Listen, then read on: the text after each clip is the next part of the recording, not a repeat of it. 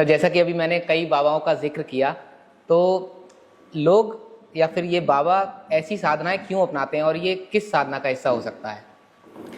जो भी आपने अभी तक नाम लिए कि कांटों पर लेटे हुए हैं या एक हाथ ऊपर उठा रखा है, ये सब जो आते हैं हठ योग के अंदर आते हैं। हठ योग यानी कि जैसा नाम से समझ में आता है, जिसको हठ पूर्वक किया जाता है। हठ के कई अर्थ होते हैं, इसमें से है का जो अर्थ होता है ये सूर्य से होता है और ठे का अर्थ होता है चंद्र। यानी कि शरीर के माध्यम से ही हम सूर्य नाड़ी और चंद्र नाड़ी इसको बैलेंस कर सकते हैं, तो इसका अर्थ यह भी होता है। और इसके अलावा हठ योग में जितने भी आसन जिसपे हम शरीर पर बलपूर्वक, जो हम कहते हैं ना, अभ्यास करते हैं, शरीर को हम तैयार करते हैं मन के साथ एक रिदम में बैठाने के लिए, तो ये सारी चीजें जो है हठ योग से ही की जाती हैं, हठ योग का ही पार्ट है। हठ योग अपनाते हैं हम किस लिए? अपने शरीर को तैयार करने के लिए कि हम उन साधनाओं की एनर्जी को अपने अंदर ले सकें।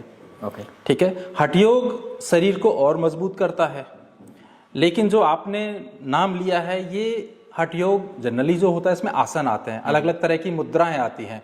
उन मुद्राओं को जो हम करते हैं और साथ में प्राणायाम करते हैं तो हमारे सूर्य नाड़ी और चंद्र नाड़ी बैलेंस होती है। ठीक है। और हम आध्यात्म की गहराइयों में प्रवेश करते हैं, ये इसका मूल उद्देश्य है। कभी कभी इसमें जो साधक होते हैं वो ऐसी क्रियाएं भी करते हैं, ऐसे हठ भी अपनाते हैं जिसमें हम अपनी इंद्रियों को कंट्रोल करते हैं। मतलब एक उन्होंने प्रण लिया कि मैं इतने साल तक इस हाथ को ऊपर उठा के रखूंगा, तो उससे क्या होगा कि हमारी जो अपनी जीत होती है, हमारी मन की जीत होती है अपनी दर्दों पर, अपनी इच्छाओं पर, तो ये भी एक साधना होती है। बट जो मैं देख रहा हूं जी, मुझे नहीं लगता इस साधना से उनका भी कोई आध्यात्मिक विकास नहीं हो पा रहा होगा मेरे हिसाब से।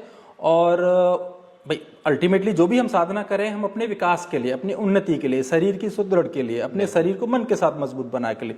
मुझे नहीं लगता कि हाथ को ऊपर उठाने से पहले एक उन्होंने संकल्प शक्ति ली, उसको किया, 1 साल किया, 2 साल किया, बट अभी अगर वो लगातार पूरे साल ऊपर हाथ को उठा के रखेंगे, मुझे नहीं ज्ञात उनको क्या प्राप्त होगा सिवाय एक चीज के जो उन्हें मिल रही है जी, कि वो पॉपुलर हो रहे हैं, लोग उनके पास बाबा जी करके आ रहे हैं और उनको अपना चंदा दे रहे हैं। सेम कांटे वाले बाबा जी, जो मैं थोड़ा सा मैंने पढ़ा था उनके बारे में। कांटे वाले सबसे पहले उन्होंने जो कांटे पे अपनी सैया लगाई थी, जो लेटे थे जी, वो अयोध्या में लगाई थी जब कुछ मंदिर का कुछ विवाद चल रहा था। तो जब उन्होंने कांटे पर लेटे तो उनको बहुत वहां से प्रसिद्धि मिली, तो उसके बाद इन्होंने इसको अपनी लाइफ का अंग बना लिया कि जब भी कुंभ होता है वो कांटों पर लेटते हैं। लोगों के लिए एक कौतूहल का विषय होता है, लोग वहां पर आते हैं, उनको नमन करते हैं, कुछ अपने हिसाब से दान दक्षिणा करते हैं।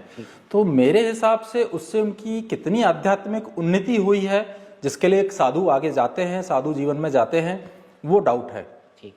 ना ही उससे किसी का भला हो रहा, एक ही भला हो रहा है कि वो पॉपुलर हो रहे हैं और उनको चंदा आ रहा है।